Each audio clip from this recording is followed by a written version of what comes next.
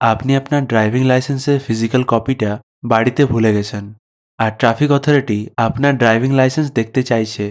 এই সময় যদি আপনি গ্যালারি থেকে আপনার ড্রাইভিং লাইসেন্সের একটা ফটোকপি দেখান, তাহলে সেটা কিন্তু ভ্যালিড বলে মানা হবে না। কিন্তু সেখানেই যদি আপনি আপনার ডিজিলকারে ইস্যুড ডকুমেন্টসের সেকশনে আপনার ড্রাইভিং লাইসেন্সটা দেখাতে পারেন, তাহলে আইন অনুযায়ী আপনার সেই ডিজিলকারের ড্রাইভিং লাইসেন্স ভ্যালিড বলে মানতে হবে। তাই ডিজিলকারে আপনার ড্রাইভিং লাইসেন্সটা অ্যাড করার জন্য আপনি প্রথমে প্লে স্টোর থেকে ডিজিলকার অ্যাপটা ডাউনলোড করুন। প্রথমবারে সাইন ইনে প্রবলেম এলে আপনি আপনার ফোনের সেটিংস থেকে ডেভেলপার অপশনটা বন্ধ করে দিন। তারপর আপনি ডিজিলকার অ্যাপটিতে লগ ইন করুন।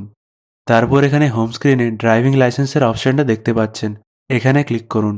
তারপর এখান থেকে ministry of road transport and হাইওয়েজে অল স্টেট এই অপশনে ক্লিক করুন। তারপর এখান থেকে আপনি আপনার ড্রাইভিং লাইসেন্সটা ঠিক মতন করে এন্টার করুন এবং কনসেন্ট দিয়ে গেট ডকুমেন্টে ক্লিক করুন। তাহলে আপনি দেখতে পাবেন যে আপনার ডিজিলকারের ইস্যুড সেকশনে আপনার ড্রাইভিং লাইসেন্সটাও অ্যাড হয়ে গেছে। ভবিষ্যতে এরকম ইনফরমেশন পেতে আপনি আপনার ফর্ম বন্ধুকে সাবস্ক্রাইব করুন। ভিডিওটি দেখার জন্য ধন্যবাদ।